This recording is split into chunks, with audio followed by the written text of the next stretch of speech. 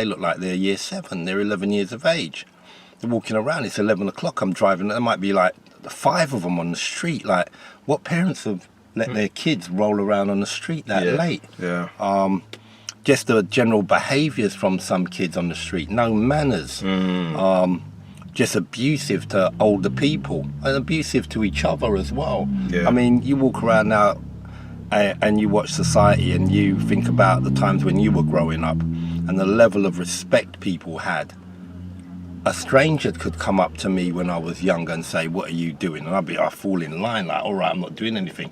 And then think, damn, does this person know my mum? Because I know when I get home it's going to be problems. Yeah. So there was a different way of operating back then.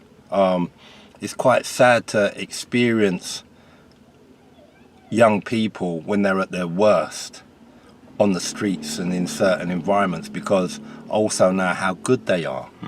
So it's quite demoralizing sometimes especially when I used to work in the Peru. When I used to work in the Peru, they had children that were ostracized and vilified and alienated because of their behavior.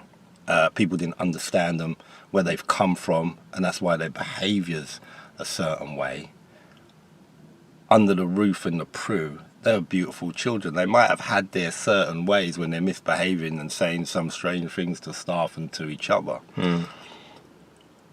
But when they came outside of the building and they felt free, it was a bit more feral, you know. And for me, it was always upsetting that you'd be an advocate for these kids and how you used to try and talk up about them.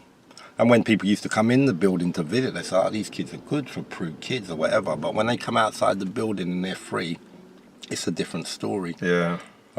So, you know, it is quite an upsetting state of affairs. But what you still got to remember is that generally across the world, things are more good than bad. Yeah. You know, and I think as long as the balance doesn't sway too much into that bad area, we'll still be all right, because there's a lot of good young people out there and there's a lot of good parents out there. And sometimes the good children and the good parents get overlooked, or their greatness and what they do for society is overshadowed, you know, by negativity.